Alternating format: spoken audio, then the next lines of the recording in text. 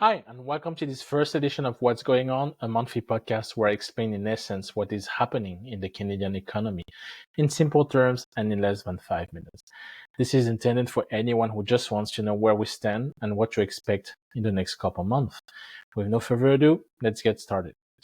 There is no secret, we are very likely headed towards a recession. On technical terms, we're not there yet. Remember that a recession is more or less characterized by 2 quarters of negative GDP growth. Although for many businesses, we should be feeling the pain for a couple months now. And one of the major reasons behind this downturn is because we're trying to get inflation under control. The Bank of Canada has been raising interest rates for more than a year now in the hope of taming the demand by reducing the amount of money in circulation in the economy. Less money equals less demand, and therefore prices will decrease. Again, a little bit of inflation is good. It does help to stimulate growth, but too much and things are overheating and the economy just cannot keep up. So the key to understand how and where this is all going to lead us is very simple: to understand where we stand in this battle against high inflation. Let's dive in. As of August, inflation was at 4%, way better from the heights we reached last year, up to 8%, but a bit worse than last month where we stood around 2.8%. So we have seen a gradual decrease since last year, and all of a sudden it just started to pick up again. As a reminder, we're trying to get down to 2% inflation. At 2%, the Bank of Canada will deem to have done its job properly and can release the valve of the cash reservoirs. There are several culprits now, but the main one is probably gasoline. We won't dive into the details of gasoline prices, and I refer you to my newsletter where I actually explain why gas prices won't go down a few weeks back. But added to that, other main contributors to inflation remain share cost, which increased by 6% year over year amidst the housing crisis that Canada is currently facing, and groceries, which prices grew by about 7%, give or take.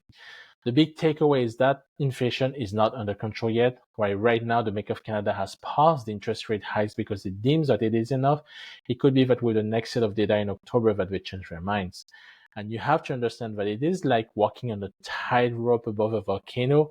Increase the interest rates too much and you'll cancel some growth that could have happened. Not increase enough and the economy will stay in this sluggish, slow form for a while, which will also impact growth negatively. So yes, it is not easy. The other indicator we can look into is the labor market. It certainly had cooled down, but the latest set of data from last week shows that we are not out of the woods yet. So what's the problem? What we want in an inflation fighting context is to limit the job creation level and slow things down, as this will mean less money injected into the economy. The labor market is definitely cooling down, but at a very slow pace. First, job vacancies. They are down from 800,000 in Q1 to 770,000 in Q2, so not that much of a difference.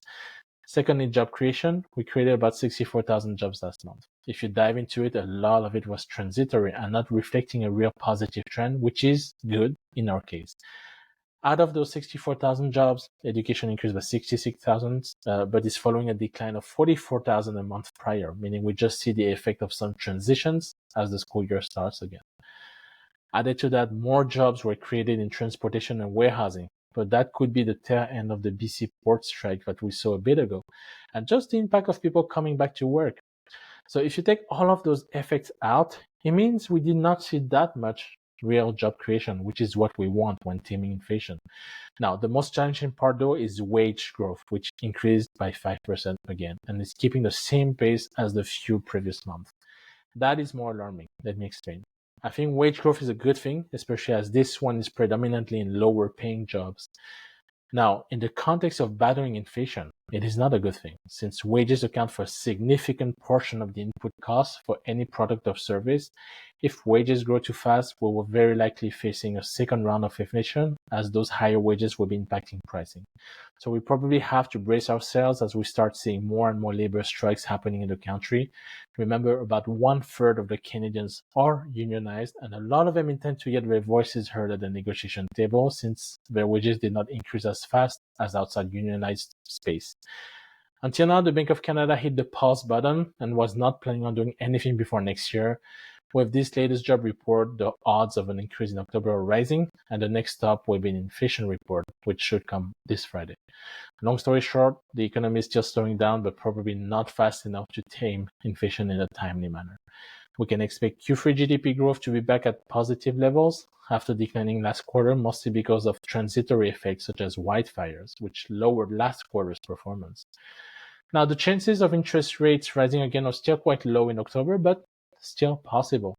So, in essence, we have not touched the bottom yet, but once we do, we should be prepared for a long, slow, and relatively painful recovery because the Bank of Canada won't be injecting cash in the economy for a while.